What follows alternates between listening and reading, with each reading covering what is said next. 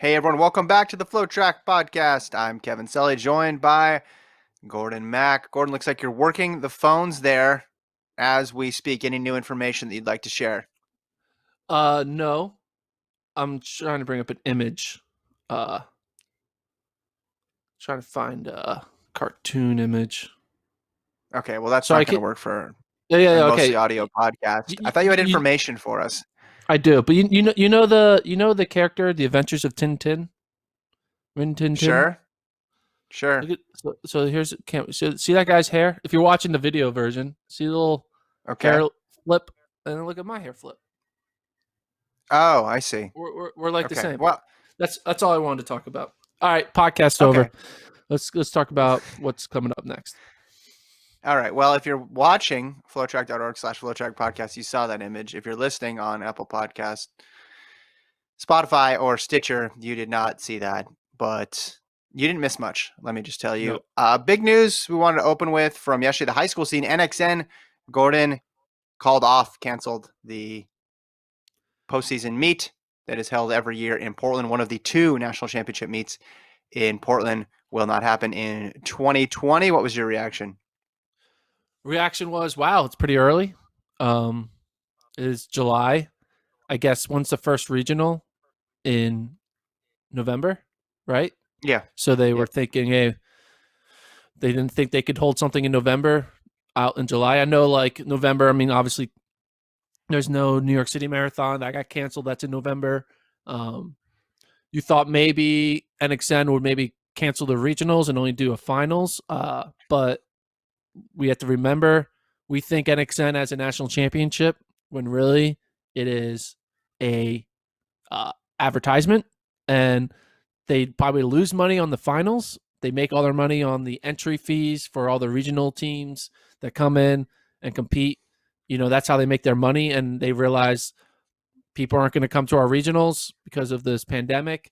We're not going to make any money. It'll just be a big loss of money if we only do a finals. So they said, let's just axe the whole thing, save all the money on putting it up all up and flying people in, and they probably save money by not spending money, and they just kind of call it a wash. So that's probably what happened, if I had to guess. Yeah. Well, also the finals itself, it's not just a race. There's clinics, there's social events, there's all these things that go around it that make the event the event. So it's not just a matter of, hey, can we get this group of people out here to race? It's putting all that other stuff on because that's what's worth it from the sponsorship side of things, right? Is all the other stuff. You're bringing coaches in from around the country. And that, of course, is made especially difficult in the same way with the marathon, right? It's just there's the expo, there's Yeah. all the other stuff that goes along with it on race week in these major marathons. And when you can't do that financially, it becomes difficult to have the race. But that's a good point too about the regionals. I think if we do have cross country this year on the high school side, it's going to be something that's very local within states, within perhaps regions, things that are driving distance. And knowing this now, it's tough news, but there is some benefit to it in terms of at least you have some knowledge of there's so much uncertainty out there. Sometimes it's good just to get an answer, even if the answer isn't what you want to hear. So that way people can plan and shape their seasons accordingly. What do you think? No NXN. Obviously, it's one of two national championships. Foot Locker. Foot Locker Mhm. is a different animal. Their regionals are also very big. They have big community races in their regionals, Yeah. uh, and it's massive. But their nationals are very small. It's only 40 individuals. Uh, Mhm. it's in San Diego. What do you think they're going to do? I think they'll eventually get to the same decision that NXN did. It's just going to take a bit longer because you're right. 40 people as opposed to NXN, which is hundreds of people. But again, you're still doing that other stuff, right? There's still the social events that go along with it. There's still parents and coaches flying in from all throughout the country. And again, the regional meets, hundreds and hundreds and hundreds of people. When I went to high school, they did not have NXN yet, so it was a bit different. But I remember the West Regional at Mount Sac was such a huge event, and that did not have necessarily all the bells and whistles around it. Pre-race there wasn't pre-race clinics or social events, but there were hundreds and hundreds and hundreds of kids coming from all throughout the country, or the West region, in my case, paying $10 or $20 or whatever it is, getting their t-shirt and getting a chance to run. So you take that out, it's going to be, extremely difficult to. I mean, how you? I mean, if you're gonna pick 40 people, maybe you could do it that way if it's going to happen.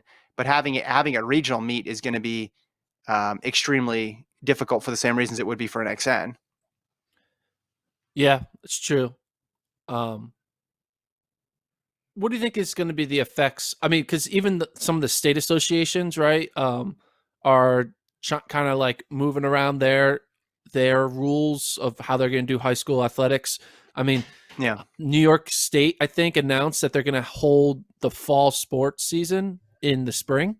Like they came out with these 3 season tiers. There's Season 1 is going to be during when winter normally is, and that's going to be winter sports. Season 2 is going to be sometime between is like going to be the month of April, and that'll be the fall sports. And then season 3 is going to be when spring sports are, like spring and summer. Which would be wild if we were having high school cross country in the spring, which is what I talked about, potentially having NCAA cross country in the spring. All these situations, do you think that a lot of states are going to follow New York and try to have a 3-season arc all in the same second Yeah. semester of a high school? Yeah, because eventually they're going to get to the point where that's the only way that it can happen. I still see, maybe you disagree with me here, but don't you see college football as having the biggest influence here, not just on college athletes, but on high school athletics? I mean, if college football is really pushed to the spring or not played in the fall, let's just say, for example, it's not played in the fall, who doesn't really matter when it is. But do you see high school football then happening? And by default, do you see other high school sports happening then? Maybe, yeah. I think college football is going to happen. That's just my thought. So I think the Power Five are going to just do whatever they can to have sports, maybe no fans and stuff like that. So, but in the situation where I'm wrong and they do move to spring, yeah, I can see high school kind of trying to mirror what college does. It's just weird for high school sports too, because high school is much lower priority. High school sports priority because there's no like money around it. It's Mm. looked to a lot of governing high school bodies as just more of an extracurricular, not really that important, right? I mean, you remember Mhm. there was be a time in when a lot of times high school athletes are banned from competing at nationals because their state Right. association has these like weird rules. So I think a lot of high school sports are going to be very prone to cancellations, very prone to just like not happening. And because it's like, all right, whatever, we canceled theater club this season. Who cares? That's probably the way they look at it. We'll cancel the track season. Who cares? I think though, what is this going to do for college coaches? How are they going to know who to sign in 2021? Like that's what I want to think about is that if this whole season gets either canceled, rearranged, not as intense, if you're a college coach, who are you going to recruit? Who are you going to know to recruit? Because you're going to be going off of, and again, they're going to be going off of like potentially sophomore marks, right? Because think about juniors this past year, they didn't have an outdoor season. Not all juniors run indoor, right? And some Mm-hmm. juniors might have just not be in shape in cross country, right? So you think there's probably a lot of good juniors out there who are now going to be seniors this year who could go half of their high school career without truly being able to show off what they got, right? And if you're a college coach, who are you going to invest in? Like it's gonna be like recruiting blind in a weird way. That's what I think. Like you're not gonna Well, know. You're gonna be like, Well, I guess he kind of showed something sophomore year, or I don't know. What are you going to do? I think running though is in a better spot than most sports with this because they could actually do time trials and they could actually put marks up and send them out, video them, and CC every college coach in the country. If you're playing on a team sport and you can't get your team together, that seems incredibly difficult. Of like, hey, here's some shots, coach, of me hitting a volleyball against a wall by myself. Can I get a scholarship to your school? Like that. That seems very, very difficult. Running, because of the nature of the sport, it's easier to do in our current situation, and also you could theoretically still have these informal races where if you're a college coach and you see someone run 4 times around a regulation track in a fast time, does it matter that they did it with fully automatic timing and with a school uniform on versus a t-shirt, a pair of shorts, and the friend's stopwatch holding up? I think that just the cream is going to rise to the like they'll be able to be found through this process. It might take a little bit more work, might be need to be a little more creative, but the freshman, sophomore are probably already on their radar, and then the fast people are going to get in some sort of race in the same way they did this spring. Yeah, I think time trials are easier for distance running. But what about if you're like a 100-meter guy? There's no Okay. time Yeah. trialing 100 meters, right? Well, You're not going to go, my hand time you is would have this. to get And the you're like, automatic whatever. timing. Yeah. Yeah. You would have to get the automatic timing gates out for But that. I also That's true for 100 or 200.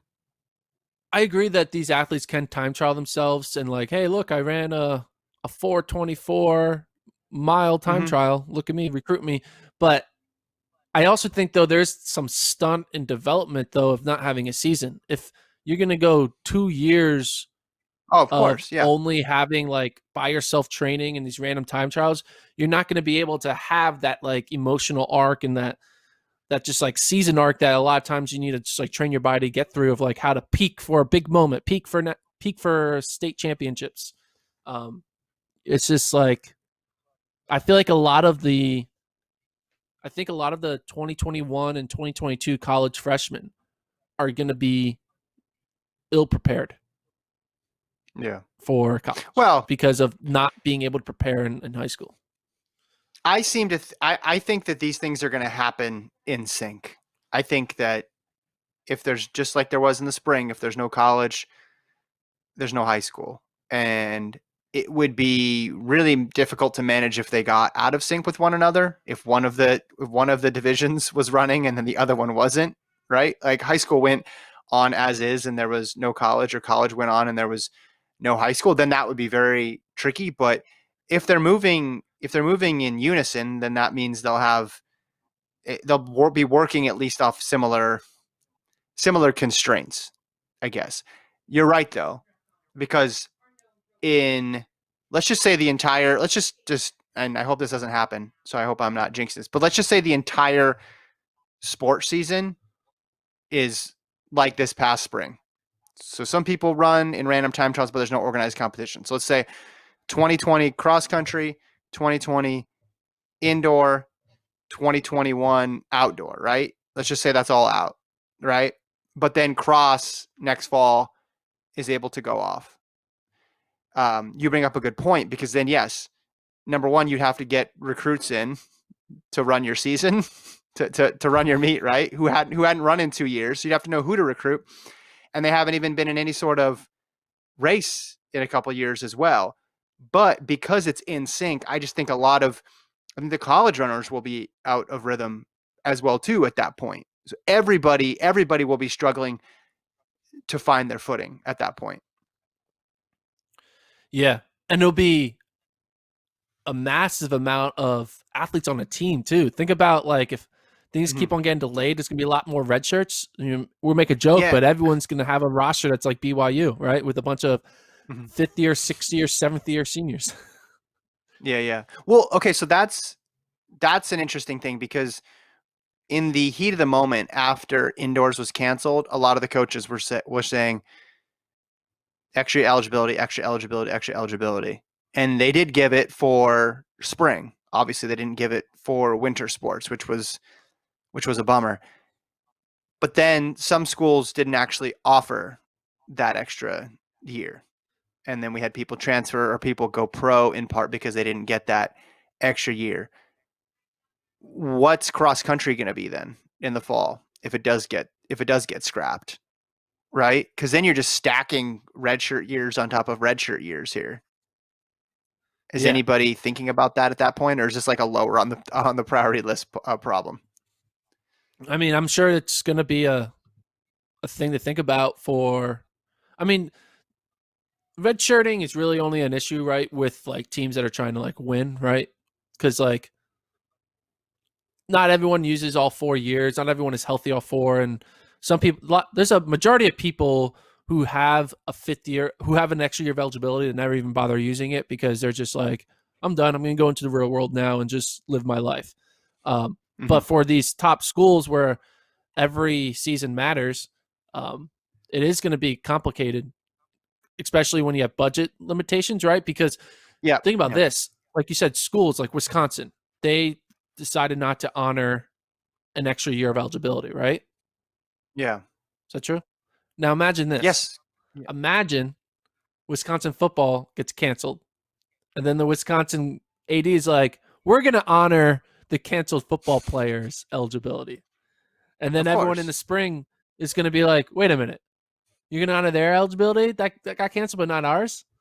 Yeah. And then you're going to be, I mean, Title IX will become a thing, right? Because you'll be like, hey, you can't give preferential treatment to one athlete over another, So I could see some little. You could see Cross. Could you see Cross getting extra eligibility just because of that? Because it's in the same season as football, and As the football. hypocrisy would be so Yeah. apparent. Yeah. Yeah, because they can't they either have to not give it to football or give it to everyone, right? So Right. they're going to be cut. I mean, this whole thing is just mind blowing. I also just think it's kind of crazy why do we just think when the calendar has a 1 at the end of it instead of a 0 at the end of it, we're going to be fine.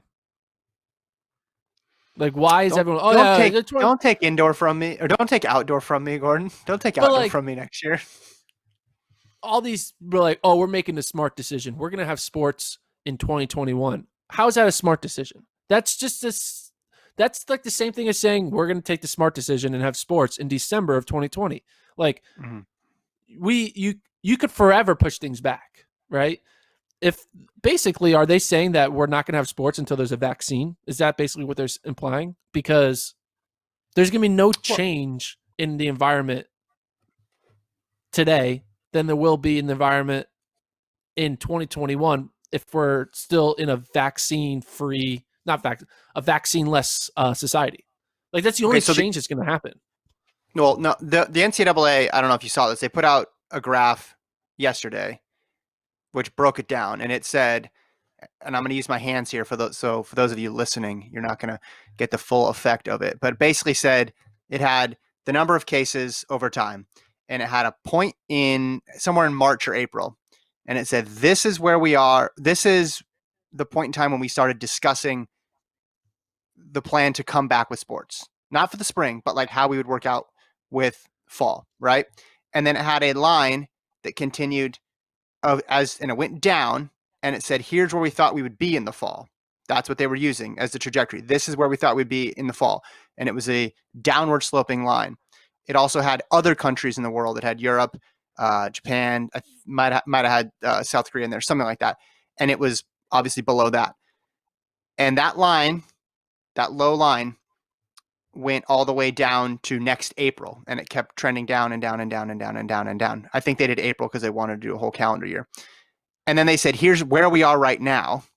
And it was above where it was when they first started talking about this in April and March. So when the NCAA was initially planning on coming back, they thought the number of cases was going to be drastically lower than what it was right now. So I don't think they're waiting necessarily for a vaccine. They're just waiting for there not to be this huge amount of cases, this community spread that they think is going to be exacerbated by doing things like practicing, having kids back on campus for school and stuff like that. I think that's what they thought. I don't think they're waiting waiting necessarily all the way until there's a vaccine. They're waiting for it to be manageable because there's not a vaccine in Europe and they're playing sports. They're going to do track meets in Europe in 2 weeks, 3 weeks, like Diamond League track meets with athletes from all over the world, right? And they'll take precautions, and there's not going to be, a bunch of fans in the stands, but they're going to do meets in Europe, full-fledged meets in Europe. So I just think the number needs to get lower. And you've heard people say it over and over again. Hey, if you want to have football in the fall, this is where the number needs to be. I think the NCAA is sort of saying like, look, we want to do this, but it needs to be here. And it is right now. It is here. I'm moving my hands a lot, but Gordon understood. For the people listening, here and here sound the same when you're listening, but when you're watching, it's here. The first here was way down here, low, and the other one was here. They need the number of cases to go down in the United States. That's what they need. I don't think they need a vaccine. Or if you want to do sports, you have to spend $150 million and do a bubble, like they're doing in the NBA, right? Which is pretty cool, by the way. Have you been loving the NBA bubble? Have you been consuming that content? So, yes. How many people have been re-quarantined because they left? Is it still at 2 or is it more now? I mean, it was one person who went to get Postmates, and then one person. I don't think anyone in the bubble has gotten COVID. I think they're still like having like they're batting 1,000, which is pretty good. Yeah, to be bad. No one has gotten it. Everyone who has gotten it got it before they entered. Right. So well, yeah, man. But that's literally, Link and I were talking about this, I believe, yesterday. But like it's for the NBA, it's a huge investment. It's also setting the standard of what you need to do in order to come back, and it sets this extremely high bar. Yeah. Right. Exactly. That's the other issue. It's like, okay, colleges and universities, seal off your campuses and have nobody leave and have classes or have sports. You can't do it. Maybe the NFL could do it. They have enough money, but they seem to want to. They want to play in the regular stadiums, right? They're not going to all play in the same city and live in the same village. Yeah, I mean, I know my opinion on this is probably a controversial opinion, and you probably disagree with it, but I'll say it. I also think that the people who are least affected by this disease are the people who are in high school, or the people who are in college. Like, and that a football player getting COVID is better than a football player getting the flu. Like, more young people die from the flu than young people die from COVID. And I just think 10 and under. 10 and under. 10 and under. 10 and under. So elementary school kids. That's right. Elementary school. But that's not who's playing. But elementary schools are not playing college football. Elementary school kids, we need to figure out a way to get elementary school kids back at school before we figure out how we get people playing college football. That's the reality. But even regardless, maybe not. Okay, maybe I'll take away the word flu, but by 25 is vastly different from the people who are over the age of 40. That's correct. But we can't. But we're not able to isolate people who are above the age of 40 because those are the officials, the referees, the coaches, the parents, the grandparents. I want them to play sports too. They just need to needs to get under control. That's that you can't reopen in the middle of such a huge upswing in cases, according to the experts. If you want to open it and have people play like they're doing in Europe. If they were able to do it, I think the United States should be able to do it. But for a variety of reasons, we're not there. But I don't think it's this interminable, we have to wait for the vaccine. No, because if we say that, then we're just that's like a defeatist mindset of like there's the only one way out of it, and it's the vaccine. Well, all these other countries have been able to tamp this down to a point where they can do things and reopen portions of their society and get to sports. Yeah. Well, I also think we can't. When we compare ourselves to Europe, I mean, Europe, the 7 or 8% of the people who test positive for COVID end up dying, but in America, it's like 3.8%. So the reason we have basically where cases are spiking, but they're spiking among people who are not dying. It's not a equal spike of death to case spike, if that makes sense. And I know you can say, "Oh, wait 2 weeks," but we've been now like 4 to 5 weeks in this new spike that we had, and the spike hasn't proportionally gone up death wise.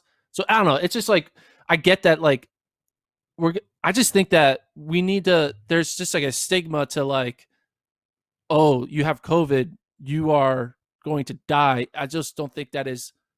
That No, was a I don't think that's stigma what. in March when we didn't know what COVID meant. But now that we know 4 to 5 months later that COVID isn't a death sentence for a vast majority of people, we act like just we can't treat positive COVID tests like an outbreak. And I just think that we still think like you have COVID, run for the hills. And I just think that's We not also, reality. I, Yeah. we also haven't had full school, full sports since this started either. Correct. So Yeah. that so we don't really know, and that's the trepidation with everybody deciding how we're going to reopen schools and college campuses is because we haven't. So we don't know what that's going to look like, and there's a lot of people out there, young people who do even professional athletes, collegiate athletes, high school athletes who are immune suppressant, who are susceptible to the disease, let alone again all the other people who interact with sports, be it officials, coaches, and things like that. I don't think no one's looking at it as, well, maybe there are people, but the scientists aren't looking at it as, hey, or the epidemiologists aren't looking at it as, hey, no one's ever going to get it again. I think the issue is how do you get a handle on it? How do we start to bring the level of overall cases down, because the percentages you still mentioned are still they're still large, right? They might not be as large as they were or as large as another place, but and what would the reaction be if there were fatalities because of this? I think it would be, even in the NBA, right? I mean, that would be obviously tragic, and they would probably shut the entire thing down, I would think, at that point. So I just I want to get back to real life too. I want to get back to talking about actual sports and not every day a meet gets canceled. But like I think it's going between two extremes here of like, we need to wait for the vaccine, or we're never going to open again and we shouldn't do. I don't know. I just think there's a path forward where we do the sensible things and we get it under control. And maybe it's too late for fall, but maybe the reason why I think I look to the new year to get to your earlier point is maybe by that point we've had enough time, and people have realized what steps they need to take to get it under control. And that's it for the pandemic podcast. I'm Kevin Sully. Sorry. Let's talk about something fun. Why we don't need to talk about this all the time. People don't listen to the podcast for this. Give me something fun. So fun. All right, we got some news. You ready for the news? Good. Now you're gonna leave with news. It's cross country news. It's okay. There's a school out there that is notorious for getting some recruits. I'm not recruits. Notorious for getting transfers. Can you guess what school that is? Well, you probably already know. New Mexico. New Mexico. So, New Mexico women who are notorious for always finding ways to get fifth years or an Ivy League transfer here or there.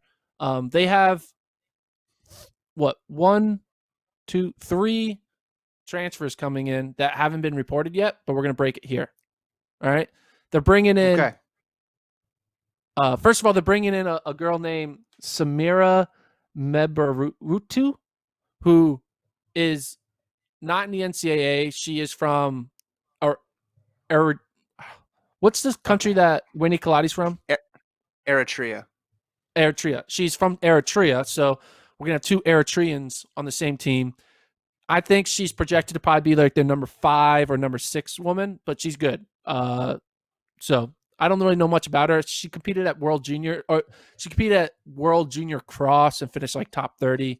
So she can become good, and obviously she same country woman as Kaladi, so it'll be kind of interesting. But she's like one of the international people that they're bringing in.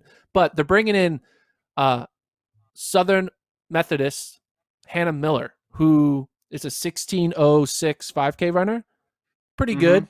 Senior. She ran in the AAC, now coming to the Mountain West.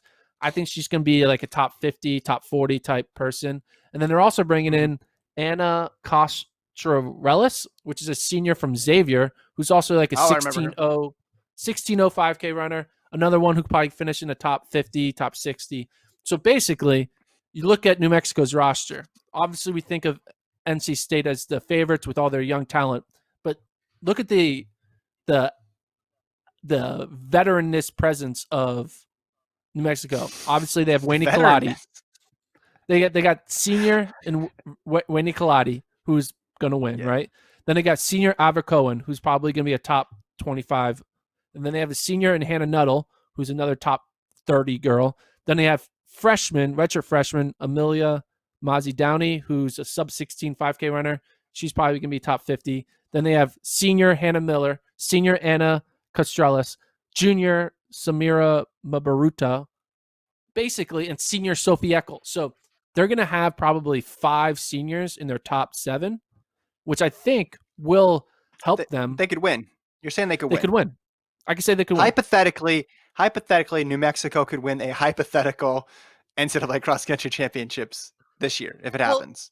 I just think that they have a good roster. They don't. I think they have a great roster, and I just think that they're better than they were last year. I think if cross country happens this year, there's 3 teams that can win: Stanford, New Mexico, and NC State. Those are the 3 that can win. And this is the thing, though. I think they all have weaknesses except for New Mexico.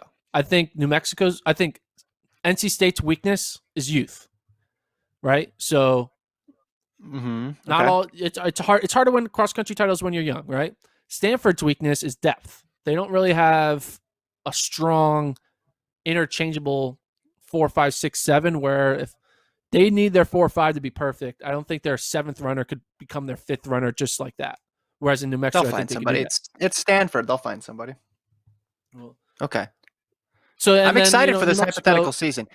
New Mexico doesn't have a true number 2, right? They do have the number 1 stick, but they don't have like another. Like Stanford has a good 1-2 duo, right, with Donahue and Lawson, and then NC State, right? They have Tui and what's her name, Chamil, and the Wofford transfer. So I think that NC State and Stanford have bigger 1-2 punches, but I think New Mexico's 3, 4, 5 punch is going to be better than everyone else's. And it's a matter of averages of what's going to happen. But yeah, hypothetical cross-country talking about hypothetical cross-country meets is great hypothetical podcasting topics. No, I appreciate the new information there because I didn't think of New Mexico as a title contender without bringing somebody new in, but you build it around Kaladi and Cohen, and there you go. Sounds like they have. Yeah, I mean, the pieces, just a matter of how they develop. If they don't run this fall, though, that would be really interesting from the perspective of NC State that brings in this phenomenal freshman class, the Fab Five, right? They'd essentially get a year, and it would be a very weird year, but they'd all be, let's just say they don't give eligibility back for this year. So they're essentially all forced to take a redshirt year this year. So they would be, that freshman class would come back as having a year of at least of college under their belt under some circumstance. I don't know what type of college experience it would be. It just changes the whole dynamic because so many of the struggles of freshmen aren't just attached to running, but also just you're away from home for the first time and you're in college classrooms and you're adjusting to a new environment. And in theory, that wouldn't be the case for them in 2021. Do you know what NC State should do if there's no season? They should, if they know there's not going to be a season, like this is what this is what Leo Doshbach, Caitlin Tui, Nico Young, all the top, you're going to be good type recruits. They should all enroll into community college this first year. They should just go to community college and not start their NCAA clock. Why start your NCAA clock if you know there's not anything in the first year of that clock? You're basically wasting a time on your clock. So why not just hey, if there's no NCAA competition, why am I going to be in an NCAA institution for a year? Just don't be in the NCAA institution. Train you know, this is breaking the rules, but train still with the coach, but just near the local community college, so you show up on the same trails. Don't Like, do that. Don't do that. they're running a tempo. I'll run my tempo. Yeah. That happens. Let's be honest, that happens at places. Well, they could And train. then They could train. They don't right? They don't need guidance. They can figure it out. They can figure it out. And then, so therefore, Caitlin Tui could go into 2021 as a true freshman, as opposed to as a redshirt freshman. Okay, I like this. The last 10 minutes of every podcast are basically Gordon's secret advice to college coaches, because last time you said, hey, plan to redshirt everybody, or run them unattached all year. And then if there's an NCAA championship and they're ready to go, then just throw them on the line and make their season debut in NCAAs. Now you have a contingency plan for if it gets canceled, which is everybody go to community college. Or take a gap year. Can you just take a gap year? Yeah, take a gap year, right? Just don't start the clock. There's no reason for freshmen to start their clocks if there's not a season. No reason. I guess they could still withdraw, right? We're be like, hey, plenty of time to withdraw. Yeah. Huh. And then they could save that scholarship money. Are people actually doing this? Are you saying this because you've heard people are doing this, or are you just speculating? Speculating, but it would work. Yeah. No, it's a good idea. No reason you got ideas out in the beginning. Yeah. This is only, again, assuming that there's not going to be a season, right? Because you don't want to just like unenroll from school for no reason, but hey. Hey, hold on a second though. What? Hold on. Okay. Conspiracy time here. Do you think that's why is that why the NCAA is waiting? Ooh. Because there'll just be a mass exodus of athletes. Yeah. Well, think about if you're. think about if you're a blue chip football player. Yeah, exactly. Yeah. That's what I'm thinking about. Like where there's serious money on the line here, right? Yeah. If you're a basketball player, like a star freshman basketball player, you should 100% go overseas and compete in the Europe like basketball league and not waste thinking about enrolling in college. Yeah, because that's a really good point. That's why they're waiting. We just cracked the code right here. That's why they're waiting. They know that they already know their answer, but they want to reel in the bait of that tuition money.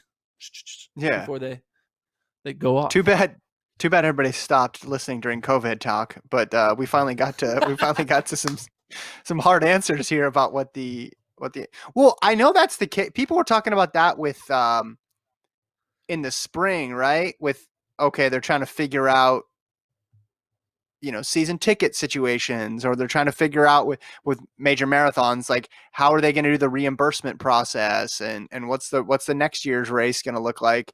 All those things get calculated into deciding, when you can't just cancel something.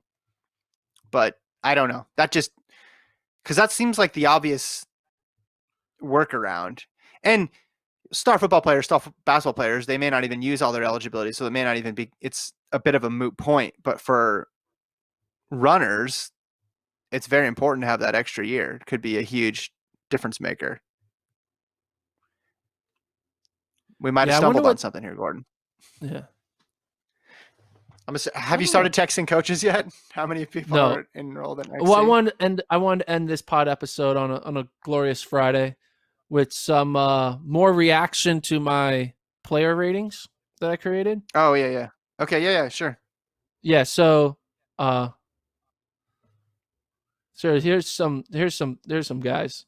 So Charles, who I think is a Texas Tech guy, he's a long jumper. He said, this is his tweet. He said, wind aided 830, 825, and 816, 814 PR over 8 meters numerous times. I've literally lost count of how many times I'm an All-American. I am the third person in history to make indoor nationals in long jump, high jump, and triple jump. And I'm a 77 at FloTrack. Help me understand y'all rankings.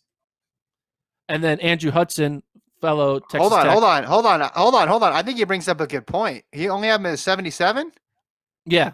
Oh, I'm with Charles on this one. What are you doing, Gordon? First of all, his PR is from a long time ago. Bragging about your PR means nothing.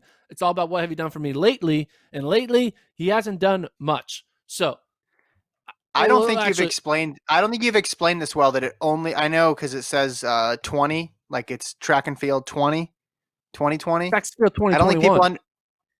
Oh, sorry. I don't think everybody. I don't think people understand that you only looked at the last year. I think that needed to be.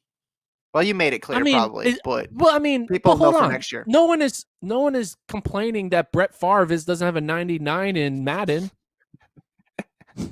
Brett right? Favre. No one is complaining about that, right? No, you're right. I'm but this is a little different. This is more like okay, an NBA player who John Wall's injured. When he comes back, is he a 77 just because he missed a year or a couple of years? No, you'd probably give him his due based on what you think he can do in 2021. I'm trying to figure out what this guy's name is. It just says Charles. Okay, don't worry about it. Keep going. Keep moving. Okay, anyway, he's a Texas Tech guy. But anyway, he's bragging about a PR from a long time ago.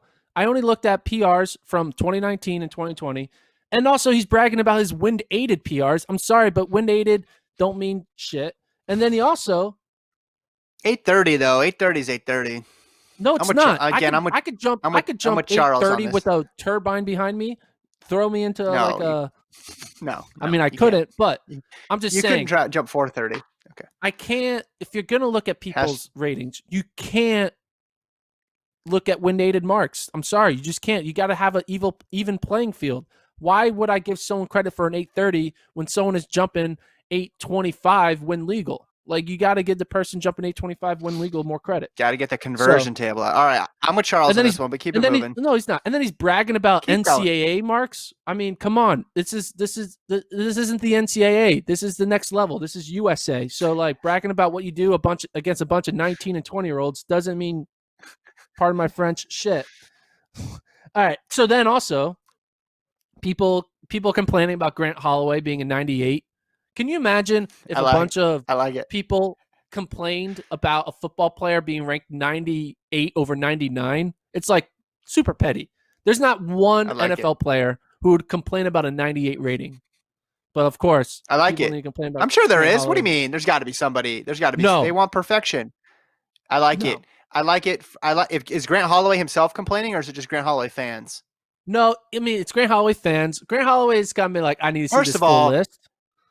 First of all, if you have fans, I think that should bump you up to a 99. It's just, if you're in track and field and you actually have fans, that's awesome. No, I like it. I like that they're getting excited about it, and you can make an argument. Here's what I think you should have done, or this is what you can do for next year's version, at least for the top tier. Don't the rankings break down like when you're ranking Patrick Mahomes, right? Doesn't it break down like arm speed? Yeah. So like with Holloway, you could have lowered him in, I don't know, experience or something like that. You could have given him a lower mark, but then potential or something like that would have been obviously a 99, and then you could have averaged it out that way. I have ideas for 2022 I'd like to be consulted on. So here's some more tweets. Another reason why FloTrack bothers the hell out of me. This list is terrible. LOL FloTrack. I just say flow cap because they keep capping a lot. I don't understand that, but go ahead. This is Arthur Price. He's upset about his rating. He says, my rating would be 100 anyway, because that's how I always keep it, 100. I'm like, okay, Arthur Price. Bragging about, all right. Then we have another guy who is saying, NCAA number 2, world number 14, ain't enough for this FloTrack employees with trash credentials. LOL, watch me work. And I'm like, okay, this guy's number 2 in the NCAA. He's number 14 in the world, and I didn't rank him. I must have messed up. Like, I was like, oh shit, I gotta figure this out. And then I realized, oh, he's bragging about indoor rankings. Oh, he's bragging about being number 14 in the indoor 60 hurdles. I'm sorry, but they don't do the 60 hurdles at the Olympics. Like I say, hashtag no indoor Olympics. So I was like, okay, no, I want to see what you do in 110 hurdles, buddy. Don't brag about your world indoor ranking. All right. And then another person. Okay. All right. And another person. Did you like that people were angry about him, or did you not like that people were angry about them? This is great. Okay. So you're having fun right now. All right. And then people complaining, obviously, you have to pay for the rankings. Well, listen to the podcast. You get a lot of them for free. And I'm like, okay, yeah, well, I spent Is that hours what you coming said? up with something. I don't work for free, but whatever. And then we had another one.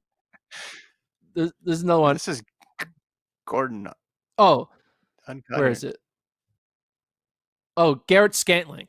He was like, do you guys forget about me? Or what did we say exactly? He said he was upset that he wasn't ranked. Garrett Scantling. And I was like, oh, I didn't rank Garrett Scantling. I mean, I remember him. I think he was pretty good. And I was like, but I haven't thought about him in a while. Has he not competed? I was like, he must have not competed. And I was like, I looked up his results and I was like, dude, you haven't competed since 2016. I'm not going to rank you. I'm sorry. It's the 2021 player ratings. Being good in 2016 and then and then retiring for 4 years, 5 years, you're not going to get ranked. And then I was like, but then he has to know that. He has to know I'm not going to rank someone who hasn't competed in 4 years, right? And clearly he did know that because in his mind, he did compete because once again, he did a random heptathlon in Clemson in 2020 indoors. Counts. And I'm like, again, counts.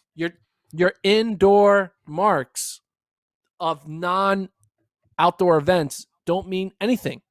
If he did an indoor decathlon, then maybe I would have ranked him. But he did an indoor heptathlon. They don't do 7 events outdoors. They do 10. So you got to do what they do at the World Global Championship. So that was another one. And then someone responded saying, I don't know shit. So, but every time they said like, why didn't you rank me? And I looked at it and I was like, okay. Another person was like, hey man, why didn't I get ranked? And I'm like, you've only run 2 races in the past 2 years. You run 1 race in 2019 and 1 race 2020 indoors. Both weren't great. You're not going to get ranked. Did you actually respond to all this? Did you actually respond? I think it would have been good if you responded. You should have. I never respond. No, I don't engage on Twitter back and forth. You read them and get angry, but you should respond. You should be like, race more. No, because when you respond, you're feeding the line, man. You're feeding it. You can't respond. There's so many things I see on the internet every day that I want to clap back at or just like dunk on or respond or whataboutism or all that stuff. But I don't because I know that's what they want. They want that response. So I just let them scream into the abyss. But they have actual legitimate questions about your ranking system. I think is the inventor of the EA Sports fake track and field video game. This is very serious stuff here. I think we all agree that whether or not you're a 77 or a 79 has huge ramifications on the sport. It's fun. It's for fun. No one's getting complaining paid more that or less Matthew Bowling wasn't ranked high enough was also hilarious. I'm like, dude, Bowling, he hasn't done anything. He's not going to be ranked 99. Well, that's the thing. Like, he was still in there. He was still up there. He was ranked. Yeah. Everyone needs to be ranked 98. I mean, do you know what I should do next year? I should make a rankings and make everyone a 99 and then see how people respond. Next year, I don't know if you listened to yesterday's podcast, but next year I think you should do it should be international too. That would be cool. Yeah. Well, okay. All right. Well, I know Miles was going to do like a high school version. You know that's going to happen. That's going to happen. And I thought about that. I was like, should I just do NCAA only athletes and make it NCAA based? But I was like, okay, US, but international. Problem with doing international is, let's be honest, a lot of people don't know a majority of international athletes. Like, yes, counterpoint though, Lincoln didn't know anybody below 92 on this one. So I think you'd go farther because then you wouldn't need to. If you got a gold medal at the World Championships, you're not automatically 99. If you're keeping to your rule of you only want 6 99s, then you really got to be selective. So then everybody through the first 90. I mean the 90 and above, everybody knows them. And then that's true. You'll get some random this javelin thrower here or this race walker or whatever you put somewhere else would be way high up. Didn't get up there. Okay, well, you know what I mean. You know what I mean. Like you'd put some well-known people into the 80s and the 70s, but maybe it wouldn't have as much reaction about this on social is media. That like there's people who are never going to win Olympic medals who are being ranked, and it's fun for them just to see where they are in this video game world.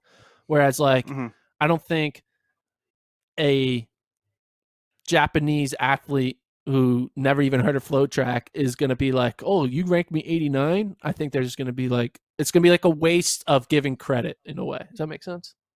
It's fun to give credit to people who see the credit.